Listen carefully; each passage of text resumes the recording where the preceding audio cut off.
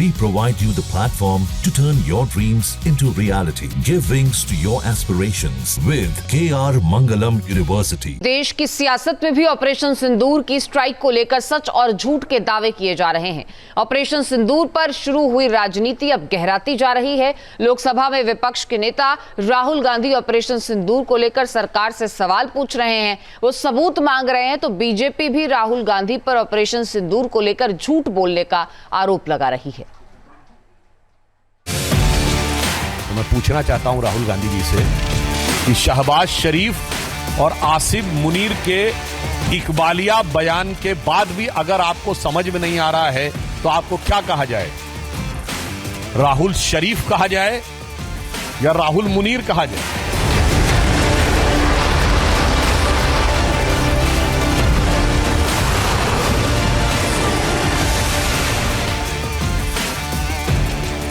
एक तरफ सरहद पर सेना का एक्शन जारी है, सीमा पर फुल अलर्ट है, लेकिन सेना के एक्शन और ऑपरेशन सिंदूर को लेकर सियासत का फुल स्पीड भी जारी है। और इस बार तो सब कैमरा के सामने की सारी व्यवस्था रखी थी ताकि हमारे घर में कोई सबूत ना मांगे। अब हमें सबूत नहीं देना पड़ रहा है, वो ऊपर वाला दे रहा है। पाकिस्तान से लड़ी जा रही लड़ाई अब सियासत के मोर्चे पर शिफ्ट हो गई है। मिसाइलें यहां भी दागी जा रही हैं, ड्रोन यहां भी चलाए जा रहे हैं।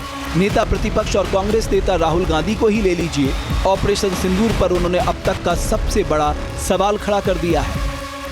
उधर से ट्रंप ने एक इशारा किया, फोन उठाया, कहा मोदी जी क्या कर रहे हो?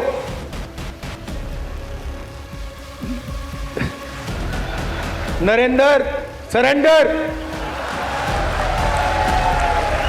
और जी हजूर करके नरेंद्र मोदी जी ने ट्रंप के इशारे का पालन किया। राहुल गांधी के सरेंडर जैसे शब्दों के इस्तेमाल से सियासी घमासान छिड़ गया है। कांग्रेस और बीजेपी में सियासी तलवारें खिंच गई हैं। राहुल गांधी जी का ये कहना सेना का सरासर अपमान है। बीजेपी सांसद सुधांशु त्रिवेदी ने प्रेस कॉन्फ्रेंस में राहुल गांधी पर तीखे हमले किए। उन्होंने राहुल गांधी के बयान को सेना का अपमान बताया और मोदी को भारत माता का शेर यानी मृगेंद्र बताया।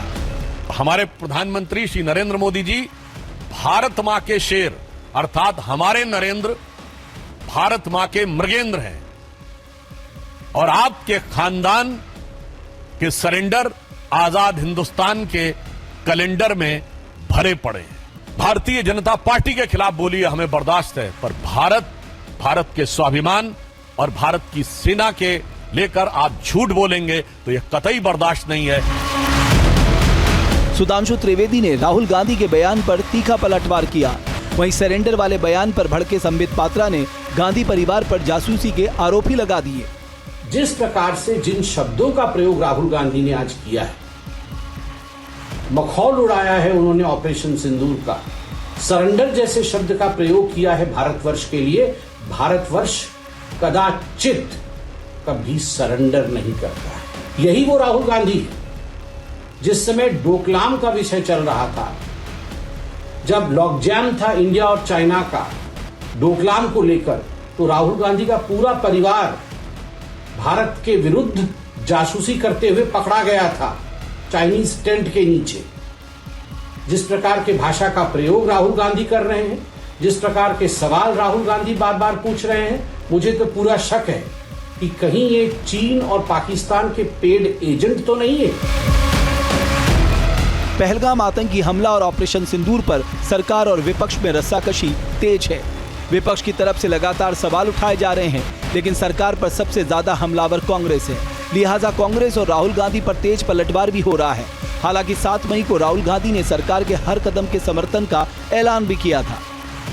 वर्किंग कमेटी में हमारा डिस्कशन हुआ, पूरा समर्थन, full support to our forces, best wishes to them, much love to them, complete support from the Congress party and the Congress working committee. सेना के शौर्य पर राहुल कई बार इस तरह के बयान दे चुके हैं। दिसंबर 2022 में राहुल गांधी के अरुणाचल प्रदेश में भारतीय सेना को लेकर दिए बयान पर भी खूब बवाल मचा था।